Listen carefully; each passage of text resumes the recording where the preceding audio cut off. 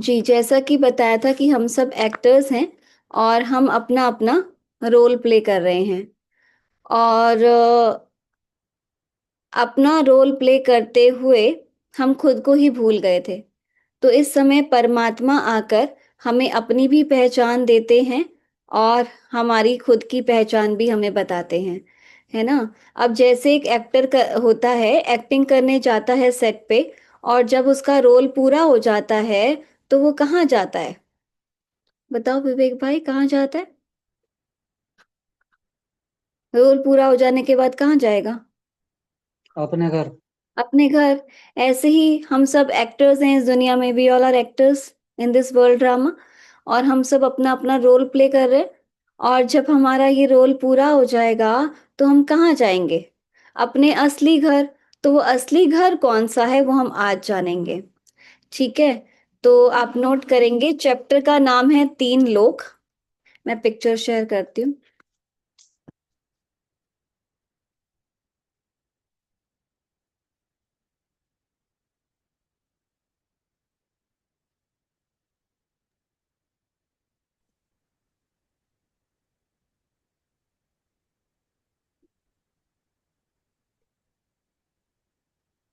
जी, तीन लोक। सबसे पहले है ये साकार मनुष्य लोक, कॉर्पोरियल ह्यूमन वर्ल्ड। ठीक है, यहाँ पर हम सब एक्टर्स अपना अपना रोल प्ले कर रहे हैं।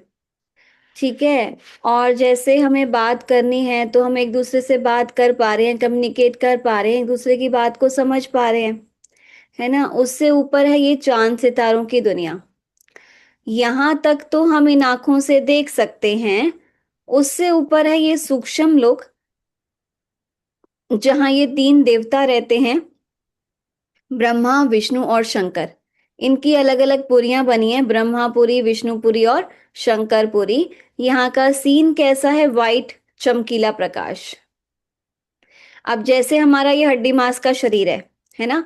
इसके अंदर हमारा प्रकाश का सूक्ष्म शरीर होता है, जिसके अंदर आत्मा निवास करती है। ठीक है, तो उससे ऊपर है ये परम धाम। लिखो, नंबर वन साकार मनुष्य लोक, नंबर टू सूक्ष्म लोक सटल वर्ल्ड, और नंबर थ्री है परम धाम। इसको परम धाम भी कहते हैं, कोई निराकारी दुनिया बोलता है, कोई ब्रह्मलोक बोलता है, कोई ब्रह्मांड बोलता है, कोई निर्वाण धाम बोलता है, कोई मुक्ति धाम बोलता है, कोई सोल वर्ल्ड बोलता है ना? नाम अनेक हैं, लेकिन रहने का स्थान एक ही है। ये हम सब आत्माओं का और परमात्मा के भी रहने का स्थान है। ठीक है, तो यहाँ पे हम सब आत्माएं कैसे होती हैं? स्टार्स। जैसे आसमान में सितारे होते हैं, तो ऐसे आत्मा, हम सब आत्माएं वहां स्टार्स अपने ओरिजिनल स्वरूप में हैं। यहाँ का सीन कैसा है? Red golden light. ठीक है, अब जैसे पांच तत्व होते हैं, इसको छठा महतत्व भी कहते हैं। तो तीन लोक, साकार मनुष्य लोक, सूक्ष्म लोक और परम धाम। ठीक है, यहां से आत्माएं आती हैं इस दुनिया में पार्ट बजाने। समझ आया? किसी को कुछ पूछना है? हम्म? नहीं? आगे करें, आगे बढ़े। अब हम जानेंगे परमात्मा के बारे में। वो कौन है, कहाँ रहता है और क्या करता है। ठीक है, अब आप लोग मुझे बताओ कि भगवान कौन है, किसको आप भगवान मानते हो? विपिन भाई, आप बताओ कौन है भगवान? हम्म? किसकी पूजा? भगवान से सृष्टि चल रही है। नहीं, आप किसकी पूजा करते हैं, किसको मानते हैं? भोले शंकर की। अच्छा, ठीक है। और विपाशा बहन, आप बताओ किसको मानते हो भगवान? हम्म?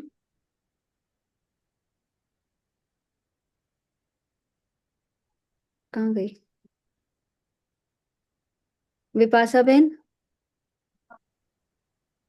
मैम मैं तो किसी को नहीं मानती, मम्मी पूजा करती है। किसकी पूजा करते हो, वही तो पूछ रही हूँ। मम्मी करती हैं, देवी देवताओं की पूजा करती हैं। अच्छा, आप किसी की नहीं करते? आप मतलब आप भगवान को नहीं मानते? नहीं, भगवान नहीं है? बाबा, हैं? बाबा को मानती, भगवान को। कौन बाबा? परमात्मा हमारी आत्मा, हमें अपने आप। अच्छा, आप ही भगवान हो? नहीं, परमात्मा आत्मा। मैं हाँ, आत्मा हूँ बस। आप आत्मा हो, परमात्मा कौन है? हमारे बाबा, कौन से बाबा? ब्रह्मा कुमारी। तो ब्रह्मा कुमारियां भगवान है? हैं? नहीं, मैं मानती हूँ उनको बस। किसको मानते हो? बाबा है कौन? कोई गुरु है यहाँ पे क्या? किसी गुरु को बाबा कह रहे हो? तो किसको बाबा कह रहे हो? हैं? अच्छा, ठीक है, देखते हैं और से। हाँ, मंजू बहन बताओ, किसको मानते हो भगवान? गायत्री माता को, अपने इष्ट गुरुदेव को। अ, कौन है आपके इष्ट? भोलेनाथ। हैं? अ, हमारे इष्ट हैं श्री राम शर्मा जी, शांति कुंज से। श्री राम शर्मा? श्री राम शर्मा आचार्य। अच्छा, ये नाम पहली बार सुना है मैंने तो। ये हमारे गुरुदेव हैं। अच्छा। जिन्होंने गायत्री माता की बहुत उपासना करी थी, उन्होंने उनका साक्षात्कार किया था अच्छा। और उनसे हमने दीक्षा ली थी। अच्छा, तो तो वो भगवान हो गए आपके लिए? हाँ, वो भगवान है और भोलेनाथ को भी मानती हूँ मैं। अच्छा, जैसे आप कह रहे हो कि वो राम आचार्य जी, उन्होंने गायत्री माता की पूजा की थी, उनका साक्षात्कार किया था, तो उनसे ऊपर तो वो गायत्री माता हो गई। हाँ, लेकिन उन्होंने, वो तो गुरु हुए ना, रास्ता तो उन्होंने दिखाया, तो तो इसलिए वो गुरु भगवान है तो नहीं हमारे। हुए ना, गुरु हुए ना, भगवान तो नहीं हुए ना। गुरु को कहते हैं ना, गुरुर ब्रह्मा गुरुर विष्णु गुरुर्देवो महेश्वर। कहते हैं गुरु के बिना गति नहीं, वास्तव में भगवान ने कहा सतगुरु के बिना गति नहीं। तो सच्चा सतगुरु तो एक भगवान ही है। गुरु तो हमारे जैसे मनुष्य ही है ना। हम्म। हम्म। ठीक है जी। हाँ जी, ये जियोमी कौन है? जियोमी,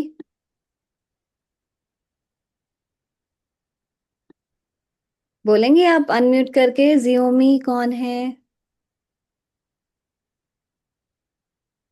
नहीं है। अच्छा। अच्छा, आप लोग ये बताओ कि भगवान एक होता है या बहुत सारे होते हैं? हम्म। एक ही होता है ना? भगवान एक है, रूप अनेक है बस। रूप अनेक हैं? अच्छा, आप एक हाँ हो, जी। आपके रूप बहुत सारे हो सकते हैं? नहीं, हैं? नहीं हो सकते नहीं ना? हो सकते, भगवान के ही हैं बस। भगवान के क्यों है रूप अनेक? अब मान लो वो वो किसी। सबकी श्रद्धा है, कोई अपने कृष्ण जी के रूप में मानता है, कोई राम जी के रूप में मानता है, हाँ। कोई अलग अलग मानते हैं सब। नहीं, नहीं, जैसे मैं शिव जी को मानता हूँ, तो वो ये अपने शिव जी के रूप में भगवान है। जी। उनके भगवान एक ही, एक के ही सब रूप हैं। एक के रूप नहीं है, भगवान एक है, लेकिन वो मानने वाले उनको जिससे प्राप्ति हुई, उन्होंने उन्हीं को भगवान मान लिया। ठीक है, अब जैसे ये मंजू जी बता रही हैं कि ये अपने गुरु जी को भगवान मान रही हैं, है ना, प्राप्ति जिससे हुई उसी को भगवान समझ के बैठ गए। लेकिन भगवान तो एक ही होता है ना। अब मान लो वो किसी और रूप, किसी भी रूप में हमारे सामने आ जाए, तो क्या हम उसे पहचान पाएंगे? नहीं ना। तो नहीं। भगवान एक होता है, उसका रूप भी एक होता है, लेकिन हमारी मान्यताएं सबकी अलग अलग हैं। अब देखो, जिसने जिस रूप में उसको समझा, उसने उसी को भगवान मान लिया। इस पे ना आपको एक कहानी सुनाते हैं। एक बार ना 5 नेत्रहीन थे, तो उनको कहा कि आप ना जंगल जाओ और हाथी देख कर आओ। तो एक ने हाथी की सूंड पे हाथ लगाया, तो कहता है हाथी तो रस्सी जैसा है। एक ने हाथी के पैर पे हाथ लगाया, तो कहता है हाथी तो खंबे जैसा है। एक ने हाथी के पेट पे हाथ लगाया, तो कहता है हाथी तो दीवार जैसा है। एक ने हाथी के कान पे हाथ लगाया, तो कहता है ये तो जापानीज फैन जैसे है, पंखे जैसे है। तो इन सब बातों को हम मिला दें तो क्या हाथी बन जाएगा? हाँ या ना? नहीं नहीं। बनेगा। ऐसे ही भगवान के बारे में जिसने जैसा समझा वैसा हमने हमें बता दिया और हमने उसी को सच मान लिया, क्योंकि देखा तो था नहीं, पता तो था नहीं, उसने जैसा बताया हमने कहा हाँ होगा, शायद यही भगवान होगा। राइट बात है। तो अब जैसे मैं आपसे आपका इंट्रोडक्शन मांगू, तो आपका बेस्ट इंट्रोडक्शन कौन दे सकता है? बताइए, कौन दे सकता है? आपका बेस्ट इंट्रोडक्शन कौन दे सकता है? मंजू बहन बताओ, कौन दे सकता है? हमारे माता पिता। आपके माता पिता जितना आपके बारे में जानते हैं उतना बता सकते हैं। आपकी फैमिली वाले, आपके फ्रेंड्स, आपके मतलब जो भी आपको जानते हैं, वो सिर्फ उतना बताएंगे जितना वो जानते हैं। लेकिन अपनी सही नॉलेज कौन दे सकता है? अपन खुद। हम खुद। तो ऐसे ही परमात्मा को अपना परिचय देना हो तो वो कैसे देंगे? उनके बारे में जिसने जैसा समझा वैसा हमें बता दिया। तो इसलिए उनको इस समय खुद आना पड़ता है अपना सही परिचय देने के लिए, और वो ब्रह्मा तन का आधार लेके हमें अपना सही परिचय देते हैं। लेकिन भगवान के बारे में लोगों की अलग अलग मान्यताएं हैं, अलग अलग धारणाएं हैं। लिखेंगे भगवान के बारे में मान्यताएं। बिलीव्स अबाउट गॉड, नोट करेंगे। नंबर 1, प्रकृति ही भगवान है। नंबर 2, सब देवी देवता भगवान है।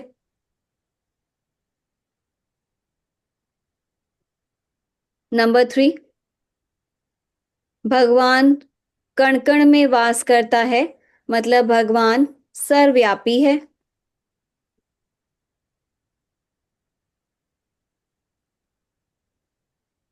एक सेकेंड।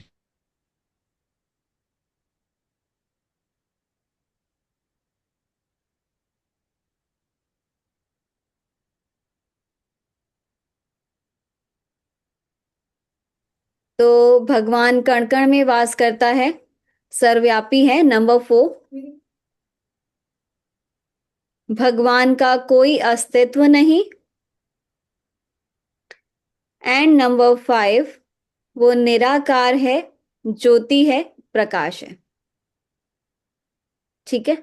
यही मान्यताएं हैं भगवान को लेके, या इसके अलावा भी किसी की कोई मान्यता है तो बता दो। बताइए, यही है ना? तो अब जैसे कहा कि प्रकृति ही भगवान है, उसमें कोई पेड़ पौधों की पूजा कर रहा है, कोई नक्षत्रों की पूजा कर रहा है, कोई गाय की पूजा कर रहा है, कोई सूर्य की, कोई चांद की, कोई तुलसी की, कोई पीपल की, है ना?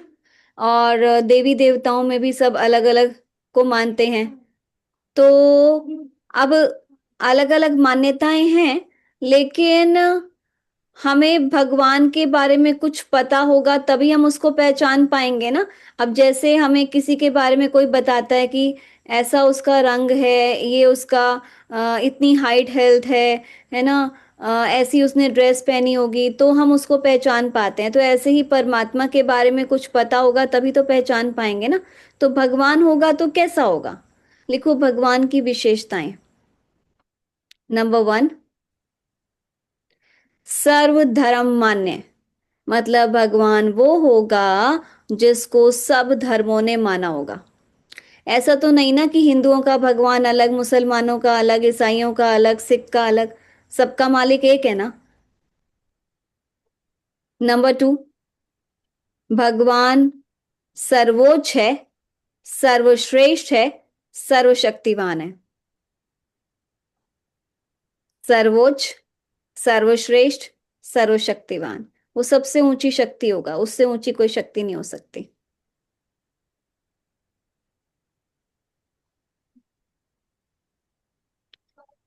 नंबर 3, वो हर चीज का ज्ञाता है, वो हमें हर चीज की नॉलेज देगा। Supreme knowledgeful. नंबर 4, वो जन्म मरण से न्यारा है, ना तो उसका जन्म होगा ना ही उसकी मृत्यु होगी। क्योंकि अगर वो भी जन्म ले, वो भी मरे, तो वो तो हमारे जैसा हो गया, उसको भगवान कौन कहेगा फिर। अब ये सारी विशेषताएं जिसके अंदर होंगी वही भगवान हो सकता है। यस या नो? यस। ठीक है। तो अभी हमने जो बिलीव्स लिखे हैं उस पे आ जाओ। पहला हमने लिखा प्रकृति ही भगवान है। ठीक है।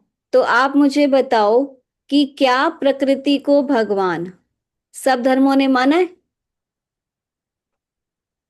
हाँ या ना? नहीं माना। क्या प्रकृति सबसे ऊंची शक्ति है? प्रकृति को बनाने वाला कौन, उससे ऊंची कोई और शक्ति है? क्या प्रकृति हमें हर चीज की नॉलेज देती है?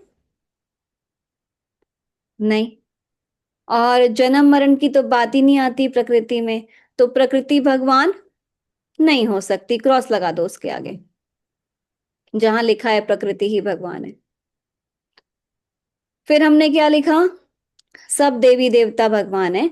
तो उसमें कोई गणेश जी को मान रहा है, कोई राम को मान रहा है, कोई हनुमान को मान रहा है, कोई माता रानी को मान रहा है, कोई किसी को मान रहा है। तो क्या इन देवी देवताओं को भगवान सब धर्मों ने माना है? हाँ या ना? नहीं माना। हिंदुओं में ही मानते हैं।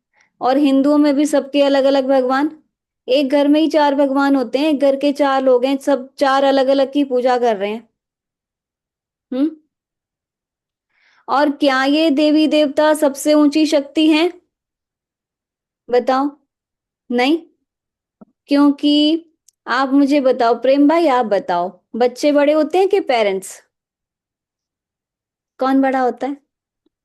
अनम्यूट करो, अनम्यूट करके बोलो भाई। हैं? कौन बड़ा होता है? आवाज नहीं आई। आई नहीं आवाज आपकी।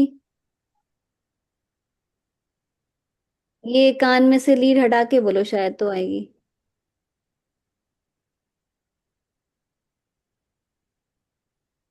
नहीं आ रही आवाज। पेरेंट्स बड़े होते हैं ना। हाँ। तो इनके तो माता पिता दिखाए हैं सब देवी देवताओं के। तो इनसे बड़े तो इनके माँ बाप हो गए, है ना? तो ये सबसे ऊंची शक्ति कैसे हो सकते हैं? क्या ये देवी देवता हमें हर चीज का ज्ञान देते हैं? बिपाशा बहन बताओ। देते हैं? देवी देवताओं की मूर्ति के आगे खड़े हो जाओ, कोई ज्ञान मिलेगा? नहीं। नहीं। नहीं ना।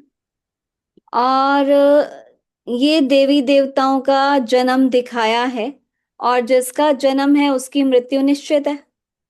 तो ये भगवान नहीं हो सकते, क्रॉस लगा दो उसके आगे जहां लिखा है देवी देवता भगवान है। फिर तीसरा हमने लिखा कि भगवान कण कण में वास करता है, सर्वव्यापी है, हम सबके अंदर भगवान है। कौन कौन ये बात मानता है? बताओ, हैंड रेस कर सकते हैं। अच्छा, मंजू बहन। और भगवान कण कण में वास करता है, कौन कौन ये बात मानता है? विपिन भाई, मानते हो ये बात के नहीं? हम्म। अनम्यूट करो। हाँ, कन कन में तो वास करते ही हैं भगवान। आपके अंदर भगवान है? ना। फिर कण कण में कैसे है? सृष्टि में सब जगह है, बस मेरे अंदर नहीं है। अच्छा, बस आपके अंदर ही नहीं है, बाकी सब इंसानों के अंदर है? इंसानों के अंदर नहीं है तो। इंसानों के अंदर नहीं है? हैं? तो कण कण में कैसे हुए फिर? मतलब हर जगह देख रहे हैं भगवान, और क्या। सब जगह है भगवान। हाँ, तो सब जगह है तो मतलब हर इंसान के अंदर भी भगवान ही हुए ना फिर। कूड़े में, कचरे में, कुत्ते में, बिल्ली में, हर एक के अंदर भगवान है फिर तो। हम्म। नहीं। दोनों बातें बोल रहे हो, एक साइड से कह रहे हो हाँ, दूसरी साइड से कह रहे हो नहीं। एक बात सच होगी, या तो हाँ या ना। हम्म। देखो, भगवान कण कण में नहीं हो सकता। क्यों? हमने उसको कूड़े में, कचरे में, कुत्ते में, बिल्ली में, सबके अंदर डाल दिया, ये तो हमने भगवान की गलानी नहीं कर दी। तो अगर वो हम सबके अंदर है, तो आज एक इंसान दूसरे इंसान का खून कर रहा है, एक इंसान दूसरे इंसान का रेप कर रहा है, उसकी इज्जत लूट रहा है, तो क्या भगवान भगवान के साथ ऐसा कर रहा है? जो कर रहा है उसमें भी भगवान, जिसके साथ हो रहा है उसमें भी भगवान। तो भगवान भगवान के साथ तो ऐसा नहीं कर सकता ना। और अगर हम सबके अंदर भगवान है, तो हम कहते हैं ऊपर वाला जाने, नीली छतरी वाला जाने, कभी कहा अंदर वाला जाने या बीच वाला जाने, कहते हैं ऐसे? नहीं कहते, है ना। हम दुखी होते हैं, परेशान होते हैं, कहते हैं प्रभु जी दर्शन दो, ऊपर की तरफ इशारा करते हैं, है ना। और अगर हम सबके अंदर भगवान है, तो हमें मंदिर जाने की जरूरत ही क्या है? पूजा करने की जरूरत ही क्या है? रोज सुबह उठो, अपने आगे धूप बत्ती करो, अपनी आरती उतार लो, या एक दूसरे की आरती उतार लो, सबके अंदर भगवान है ना। हम्म। क्यों जाते हैं मंदिर? क्या कह रहे हो विपाशा बेन? ये सब अंधविश्वास है मैम। ऐसे तो क्या कहते हैं, हम जैसे बच्चे पेपर देने जाते हैं तो उससे पहले हम अगर पत्थर को भी हम ला के रख दें, उसमें टीका लगा दें, तो सब उसकी भी पूजा करने लग जाएंगे, उसको हाँ भी सब भगवान मानने लग जाएंगे। हाँ, ये आपने पीके मूवी में देखा होगा। उसमें दिखाया था ना कि ये ऐसे सब तो हम्म, अंधश्रद्धा है ना। हाँ। हम्म। ठीक है। जी। तो भगवान की याद हर जगह हो सकती है, भगवान हर जगह नहीं हो सकते, है ना। अब देखो भगवान जो है वो इतने सारे गुणों का सागर है। मैं ना एक पिक्चर शेयर करती हूँ।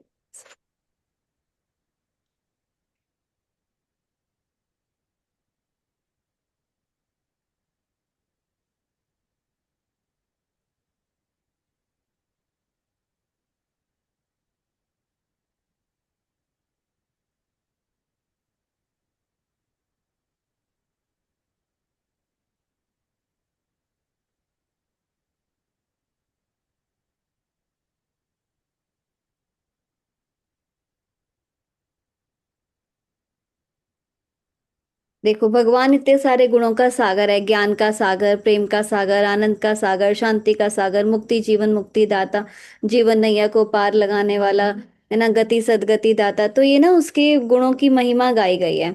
32 गुण है। अब वो इतने सारे गुणों का सागर हमारे अंदर बैठा है, और उसका एक गुण भी हमारे अंदर नहीं है, तो क्या कर रहा है हमारे अंदर बैठा? अब जैसे हम लोहे को आग में गर्म करते हैं, तो लोहा अंगारा बन जाता है। मतलब लोहे जैसी ठोस चीज भी आग में उसका गुण ले लेती है।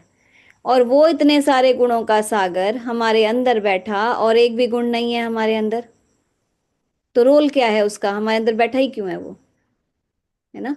तो भगवान हमारे अंदर नहीं हो सकता, उसकी याद हमारे अंदर हो सकती है। जब ये बात कही गई थी ना कि भगवान सब जगह है, क्या हुआ जब इस धरती पे भ्रष्टाचार बढ़ने लगा, पापाचार बढ़ने लगा, तो कहा कि भगवान सब जगह है, हमें देख रहा है, ताकि हम पाप कर्म करने से बचें। लेकिन वो पाप कर्म तो कम हो ही नहीं रहे, वो तो और ही बढ़ते जा रहे हैं, और हम कह रहे हैं कि भगवान सब जगह है। और दूसरा, ये किसी ने अपनी भावना व्यक्त करने के लिए कहा, अपना प्यार दिखाने के लिए कहा। जैसे मीरा का हमने एग्जाम्पल देखा, वो कहती थी कि जहां भी मैं देखती हूँ मुझे कृष्ण ही कृष्ण नजर आता है। तो उसकी कृष्ण के प्रति इतनी भावना थी, इतना प्यार था। नारद का मिसाल है ना। तो ये उन्होंने अपनी भावना व्यक्त करने के लिए कहा। बाकी भगवान सब जगह नहीं है, उसकी याद सब जगह हो सकती है। गीता में भी लिखा है कि जब जब धर्म की अति गलानी होती है, तब तब मुझे आना पड़ता है। और अगर वो हमारे अंदर पहले से बैठा है, तो आना कहाँ से पड़ता है? हम्म। समझ आया? तो भगवान कण कण में वास नहीं करता, क्रॉस लगा दो।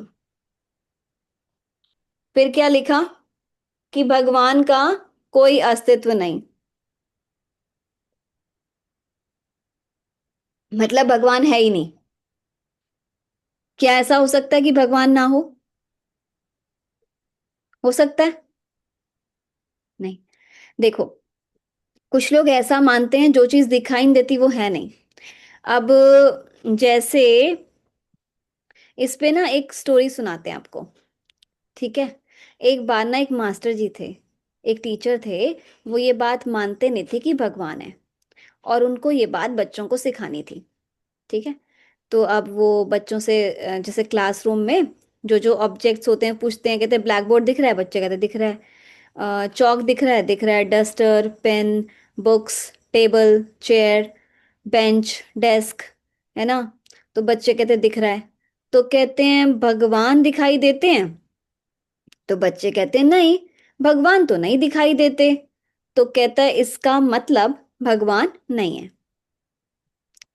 लेकिन एक बच्चा होता है जिसका भगवान में स्ट्रांग बिलीव होता है। प्रेम भाई, आप भगवान को मानते हो? बताओ। Yes ma'am. हाँ, तो ये आपके जैसा बच्चा होता है जो कहता है मास्टर जी, जो आपने पूछा ना वो मैं दोबारा पूछना चाहता हूँ सब बच्चों से। तो मास्टर जी कहते हैं पूछो। तो वही सेम सवाल पूछता है। ब्लैक बोर्ड दिख रहा है, chalk, pen, books, duster, bench, desk, table, chair, बच्चे कहते हैं दिख रहा है। तो कहता है ये मास्टर जी दिखाई दे रहे हैं? बच्चे कहते हैं हाँ, मास्टर जी तो दिखाई दे रहे हैं। तो कहता है इनकी बुद्धि दिखाई दे रही है? बच्चे कहते हैं नहीं, बुद्धि तो नहीं दिखाई दे रही। तो कहता है इसका मतलब मास्टर जी के अंदर बुद्धि नहीं है ना। तो उस दिन से वो भी मानने लगता है कि ऐसा नहीं है, जो चीज दिखाई नहीं देती वो है नहीं, उसको हम अनुभव कर सकते हैं, फील कर सकते हैं, है ना। अब जैसे सूर्य के आगे खड़े हो जाएं, उसकी गर्मी को हम फील कर सकते हैं, देख नहीं सकते। सागर के आगे खड़े हो जाएं, उसकी ठंडक को फील कर सकते हैं, है ना। तो ऐसे ही परमात्मा को हम इन आंखों से नहीं देख सकते, लेकिन उसके साथ का हम अनुभव कर सकते हैं।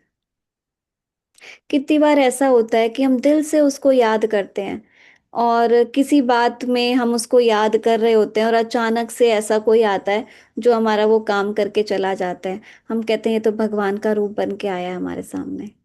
हाँ, तो वो हमारी बात सुनता है, हमारी मदद भी करता है, लेकिन दिखाई नहीं देता। ठीक है। तो ये बात भी गलत हो जाती है कि उसका कोई अस्तित्व नहीं, क्रॉस लगा दो। अब एक ही बात बचती है कि वो निराकार है, ज्योति है, प्रकाश है।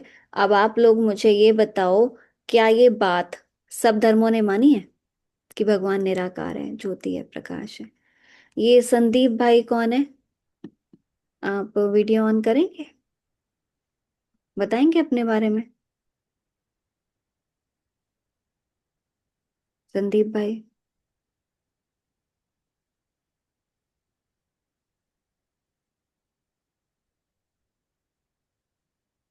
ठीक है। तो हम बात कर रहे थे कि वो निराकार है, क्या ये बात सब धर्मों ने मानी है? मंजारी बहन बताओ,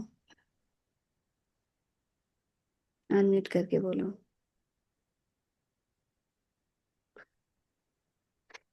बोलो अनम्यूट करके। नहीं हो रहा? नहीं, आवाज नहीं आ रही, अनम्यूट करो। हाँ, भगवान निराकार ही होते हैं दीदी, उनका कोई आकार नहीं होता। आकार नहीं होता? बिना आकार की तो कोई चीज ही नहीं होती। नहीं, उनका अगर ज्योतिर्लिंग का होता है मतलब। हाँ, तो आकार तो है ना। हाँ, बिंदु जैसा आकार होता है उनका। तो क्या ये बात सब धर्मों ने मानी है?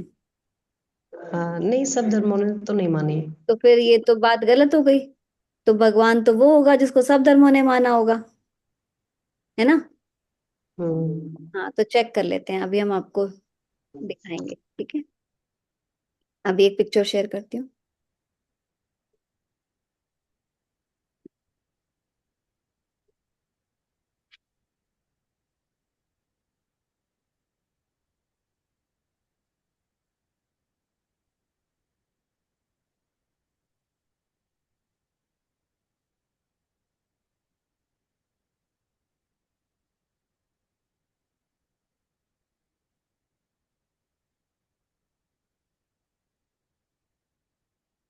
देखो, अमरनाथ की यात्रा पर चले जाओ, तो वहां पर ना एक बर्फ का शिवलिंग रखा होता है, उसकी पूजा होती है। अब आप कहोगे जी कि शिवलिंग निराकार कैसे है, ज्योति कैसे है ना।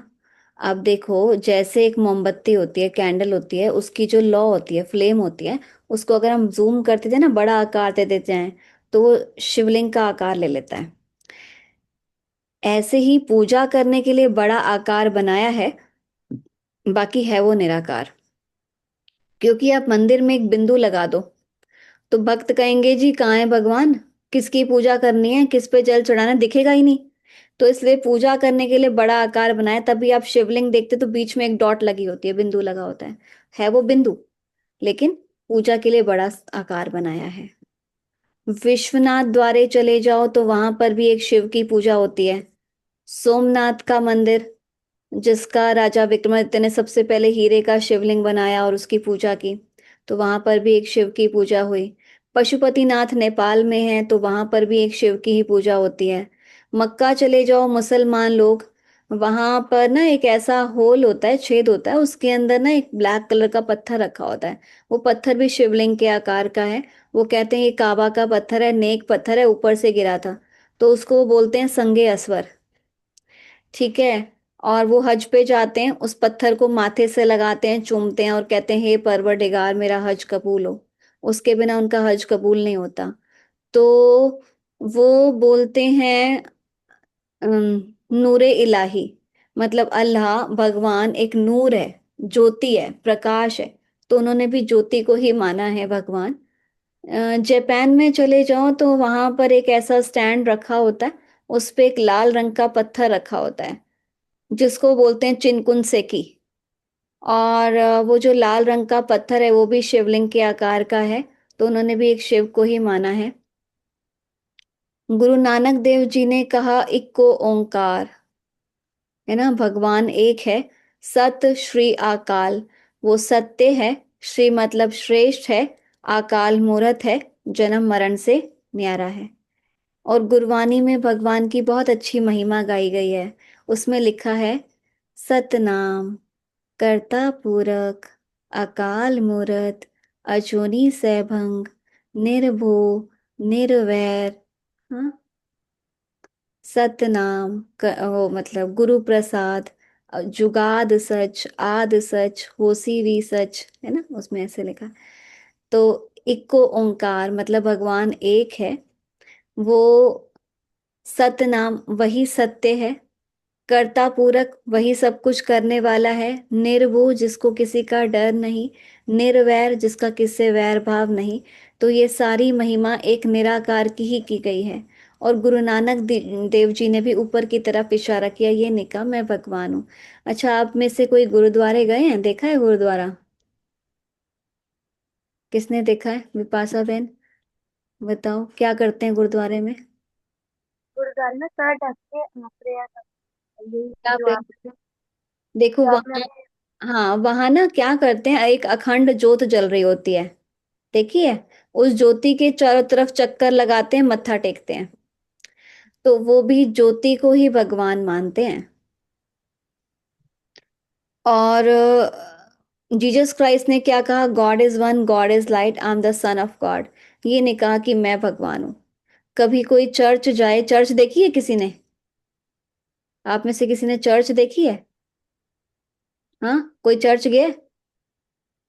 सोनम बहन चर्च गए हो? हाँ दीदी, गई थी, बहुत बार गई हूँ। तो क्या करते हैं चर्च में? कैंडल जलाते हैं और जो जीसस क्राइस्ट होते हैं, मैरी होते हैं, मतलब कैंडल ही जलाते हैं वहां पे, और कुछ ज्यादा। राइट। हाँ, कैंडल ही जलाते तो कैंडल जलाते हैं, मतलब उन्होंने भी ज्योति को ही माना है, प्रकाश को माना है, वो लोग भी मेडिटेशन करते हैं। ठीक है।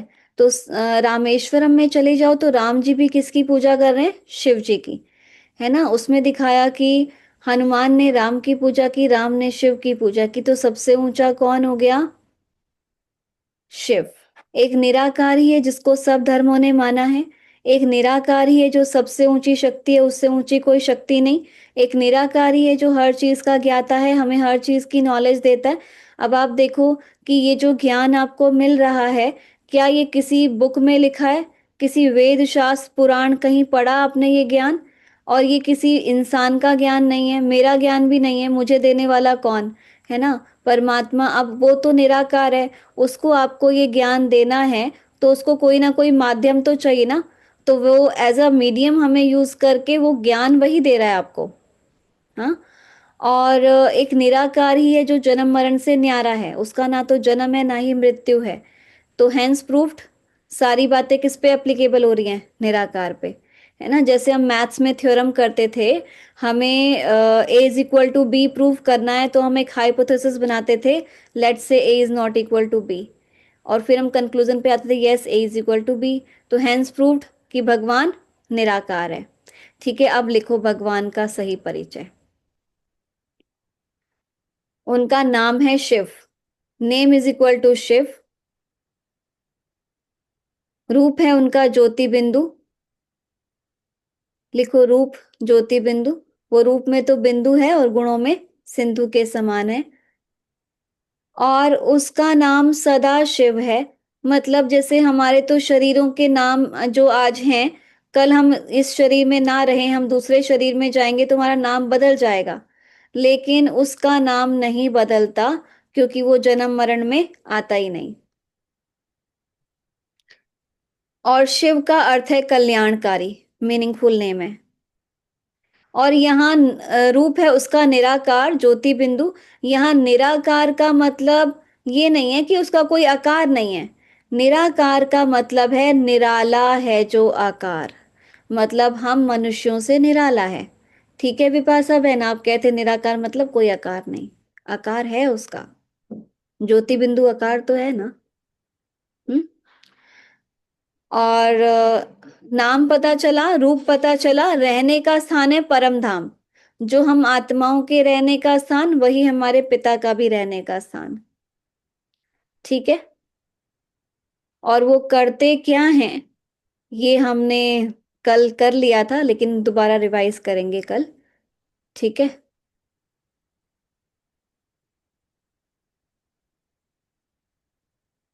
कल वैसे हमने किया था वो क्या क्या नहीं करते, है ना, तो आगे का कंटिन्यू करेंगे। इतना समझ आया? किसी को कुछ पूछना है? कोई सवाल हो किसी का तो पूछ सकते हो, जितना अभी तक किया उससे रिलेटेड किसी का कोई क्वेश्चन हो। विपिन भाई कुछ पूछना है? कल आप कुछ पूछ रहे थे। हम्म। नहीं पूछना? नहीं। क्लियर? ठीक है। अच्छा ये बताओ, होमवर्क किस किसने किया? होमवर्क किया? क्या होमवर्क दिया था? प्रेम भाई कोई होमवर्क दिया था कल? Yes ma'am. हाँ, या ना मैम नहीं बोल, भाई या ना मैम नहीं बोलते, या दीदी बोलते हैं। हाँ दीदी। हाँ, क्या होमवर्क दिया था? 108 बार मैं एक सम, स्वरूप आत्मा हूँ ये लिखने का दिया था। आपने किया होमवर्क? Yes ma'am. अच्छा वेरी गुड। और बाकियों ने? होमवर्क किया? विपाशा बहन? हम्म। नहीं किया? अच्छा, आप तो टीचर हो, टीचर हो ना।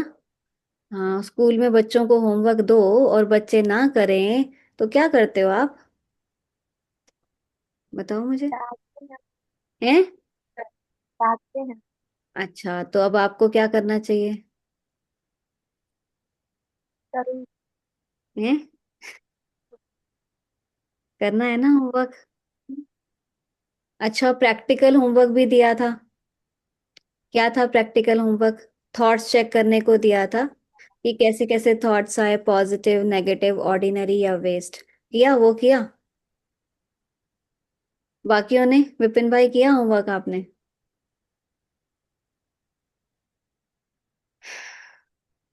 हम्म। हाँ, थॉट तो आती है। हैं? थोड़ तो आएंगे, थोड़ को तो ना कोई रोक सकता है। चेक करने को कहा था, किए चेक?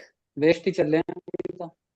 तो वेस्ट, वेस्ट। वेस्ट को चेंज किया, पॉजिटिव में चेंज करने को कहा था। हाँ, मैं एक ध्यान शांत, रखते हैं, पॉजिटिव सोचते नहीं, हैं। ये कहा था मैं एक शांत स्वरूप आत्मा हूं, जब भी नेगेटिव या वेस्ट आए तो। हम्म, किया? हाँ? नहीं क्या। नहीं किया? तो क्या पनिशमेंट देनी चाहिए? हम्म? वो ऑफिस टाइम में होता है, उसका लिखने में दिक्कत होती है ना। अच्छा, लिखने में दिक्कत होती है तो हम संकल्प मतलब सोच तो सकते हैं। हम्म?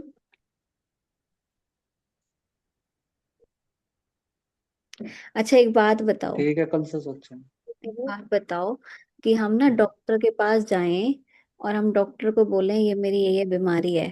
ठीक है, अब डॉक्टर हमें दवाई देता है ना, वो कहे ये दवाई दिन में 3 बार खानी है या 4 बार खानी है, और हम वो दवाई तो खाई नहीं, और डॉक्टर कह रहे हैं मेरी बीमारी ठीक ही नहीं हो रही। क्या कहेगा वो? हम्म? तो बीमारी ठीक नहीं हो रही मतलब जो हमारे थॉट्स संकल्प चल रहे हैं उस पर हम ध्यान ही नहीं दे रहे, चेक ही नहीं कर रहे, तो वो ठीक कैसे होंगे, चेंज कैसे होगा? है ना? नहीं, पॉजिटिव तो सोचा है, बस ये अभी तो कहते टाइम नहीं मिलता। नहीं, जो वेस्ट आ रहा था दिमाग में, फिर उसे सोच के मगर पॉजिटिव सोचना चाहिए, ऐसा सोचा है कि भाई पॉजिटिव ही सोचेंगे, नहीं, अब गलत हम है उसको मगर इतना बोले कि ज्यादा नहीं नहीं सोच। पॉजिटिव सोचना चाहिए, पॉजिटिव सोचना चाहिए, लेकिन पॉजिटिव सोच तो रहे नहीं। उसकी जगह हम चेंज करेंगे ना, बताया था ना कि खिलौना पकड़ाना है दूसरा, मन को खिलौना पकड़ाना है ना। ठीक है। हाँ, पकड़ाया तो नहीं। ठीक। ठीक है। ठीक। जी। अच्छा, तो आज का होमवर्क ये रहेगा, रात को सोने से पहले। अच्छा, ये बताओ कौन कौन सोशल मीडिया चेक करता है, व्हाट्सएप, फेसबुक, स्टेटस वगैरह, कौन कौन चेक करता है? हाथ खड़ा करो। अच्छा, ठीक है, सभी करते हैं। तो सोने से 2 घंटा पहले नो मोबाइल नो टीवी हो सकता है? हाँ या ना? 2 घंटा पहले बोलो बिपाशा बहन, हो सकता है? थोड़ा मुश्किल है। मुश्किल है। ट्राई करें। बना पहले 1 घंटे पहले ट्राई हाँ, 1 घंटा पहले। ठीक है। करते अच्छा, और खाना खाते टाइम टीवी कौन देखता है? मोबाइल। हम्म? देखो, खाना भी परमात्मा की याद में रहकर खाना है। उस समय नो टीवी नो मोबाइल, और सोने से 1 घंटा पहले मोबाइल यूज नहीं करेंगे। ठीक है, और उसको याद करके सोना है। ठीक है, तो सोते समय हम क्या थॉट क्रिएट कर सकते हैं वो आप लिखेंगे।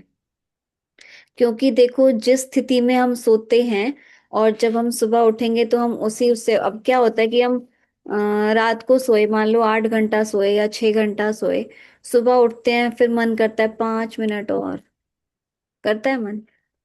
हम्म? तो जो नींद हमारी 8 घंटे में पूरी नहीं हुई 5 मिनट में पूरी हो जाएगी? क्यों नहीं, क्यों ऐसा होता है, थका थका हम उठते हैं?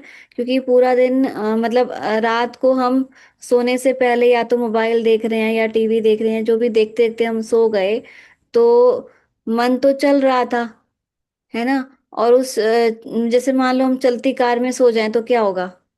एक्सीडेंट होगा ना। तो इसलिए सोने से पहले मोबाइल यूज नहीं करना। तो हम सोने से पहले क्या थॉट क्रिएट कर सकते हैं, देखो। हम्म। मैं आत्मा इस शरीर रूपी कार को इस बेड रूपी गैरेज में पार्क करके, मैं आत्मा अपने घर परम धाम में सोने के लिए जा रही हूँ, बाबा के पास, बाबा की किरणों के नीचे। अब देखो, जैसे आपको बताया ये शरीर एक कार है और आत्मा ड्राइवर है, तो कार को कहाँ पार्क करते हैं? गैरेज में, है ना? तो ये शरीर कार है ना, तो इस कार को कहाँ पार्क करेंगे? बेड रूपी गैरेज में। और हम अपने रूम में अपने बेड पे जाके सोते हैं ना, तो गैरेज में पार्क करके मैं आत्मा अपने घर, हमारा घर पता चला कौन सा है? परम धाम। तो परम धाम में सोने जा रही हूँ बाबा के पास। बाबा ना, यहाँ हम निराकार को बाबा बोलते हैं, यहाँ कोई बाबा कोई गुरु नहीं है ना, निराकार को ही हम बोल रहे हैं बाबा। तो बाबा के पास, बाबा की किरणों के नीचे, अब हम उसको ईश्वर कहें, अल्लाह कहें, भगवान कहें, गॉड कहें, है ना, ये दूर वाला शब्द लगता है। बाबा एक क्लोजनेस वाली फीलिंग आती है, तो इसलिए हम बाबा बोलते हैं।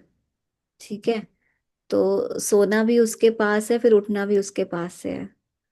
ठीक है, परम धाम का आपको सीन दिखाती हुई, जो चीज देखी होती है विजुलाइज करनी आसान होती है, परम धाम दिखाते हूँ।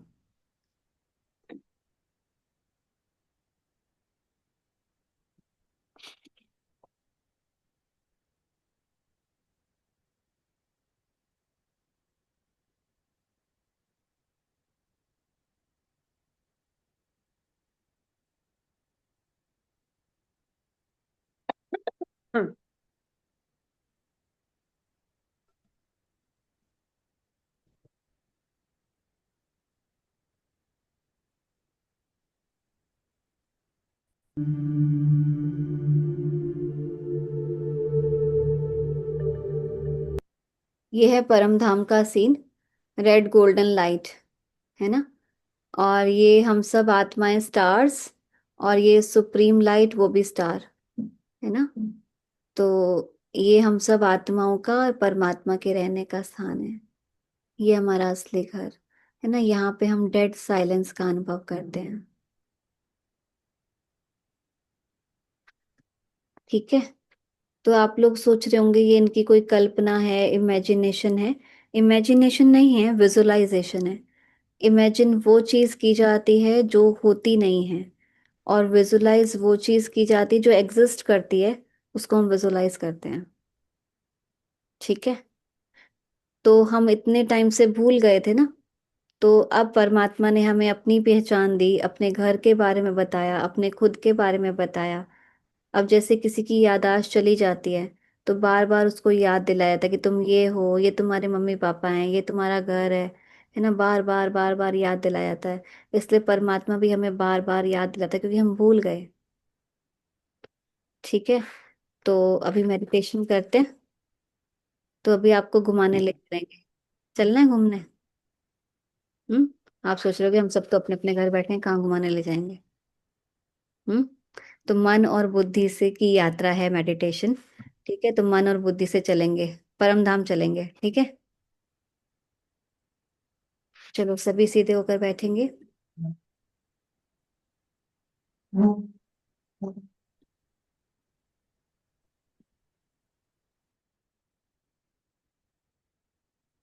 एक बार सभी लंबा गहरा सांस लेंगे, छोड़ेंगे। एक बार फिर से लंबा गहरा सांस लेंगे, छोड़ेंगे। और सभी बातों से अपना ध्यान हटाते हुए देखें अपने आप को मस्तक के बीच विराजमान, चैतन्य, चमकता हुआ सितारा, ज्योति, प्रकाश। मैं शांत स्वरूप पवित्र आत्मा हूं।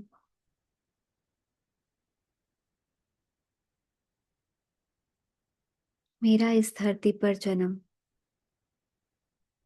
श्रेष्ठ कर्म करने के लिए हुआ है। मैं परम पिता परमात्मा की सर्वश्रेष्ठ रचना हूं। बाबा से पवित्रता की सफेद किरणें मुझ आत्मा पर पड़ रही हैं, और ये सफेद किरणें मेरे ब्रेन में जा रही हैं, आईज में जा रही हैं,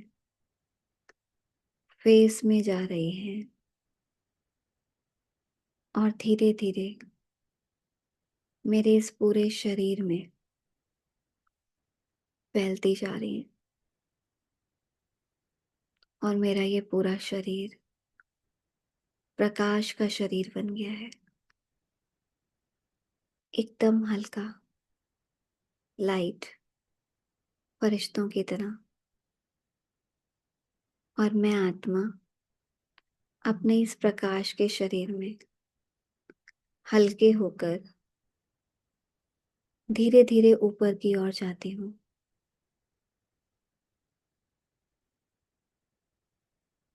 चांद सितारों की दुनिया के पार, बादलों के बीच से रास्ता निकालते हुए पहुंच गई मैं आत्मा अपने घर, परम धाम, जहां मेरे चारों ओर लाल प्रकाश ही प्रकाश है। आत्माओं की दुनिया है और हम सब आत्माएं, स्टार्स चमक रहे हैं। और मेरे सामने है ज्ञान सूर्य, शिव बाबा। बाबा से सर्व गुणों और शक्तियों की किरणें मुझ आत्मा पर पड़ रही हैं और मैं आत्मा भरपूर होती जा रही हूँ, शक्तिशाली बनती जा रही हूँ। अपार शांति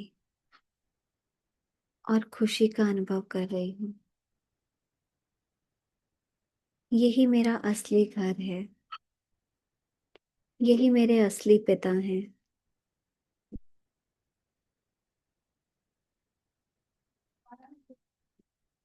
मैं अपने पिता के पास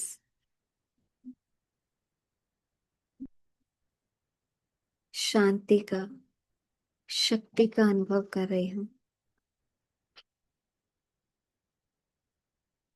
अब मैं आत्मा धीरे धीरे वापस नीचे की ओर आती हूँ, अपना वो घर छोड़कर, अपना वो धाम छोड़कर धीरे धीरे वापस इस साकार मनुष्य लोक में अपने भ्रिकुटी सिंहासन पर वापस विराजमान होती हूँ।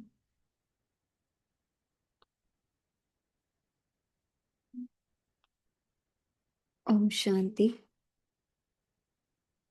अपने दोनों हाथों को आपस में रब करेंगे, आइस पे लगाएंगे। ओम शांति।